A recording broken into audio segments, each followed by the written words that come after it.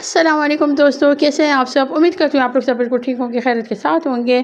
आप लोग अपनी फैमिली के साथ बिल्कुल अच्छी और फिट लाइफ गुजार रहे होंगे, बेशक और आमीन। सो फाइनली दोस्तों, मैंने आज ये चीज़ें बाय कर ली हैं, आज ये चीज़ें परचेज़ कर ली। और सबसे पहले मैं आप लोग के साथ ये शेयर कर रही हूँ, छोटा सा मिनी व्लॉग लेकर आई हूँ, लेकिन कल मैं आपको इसका फुल डिटेल बताऊँगी शाम के टाइम पे।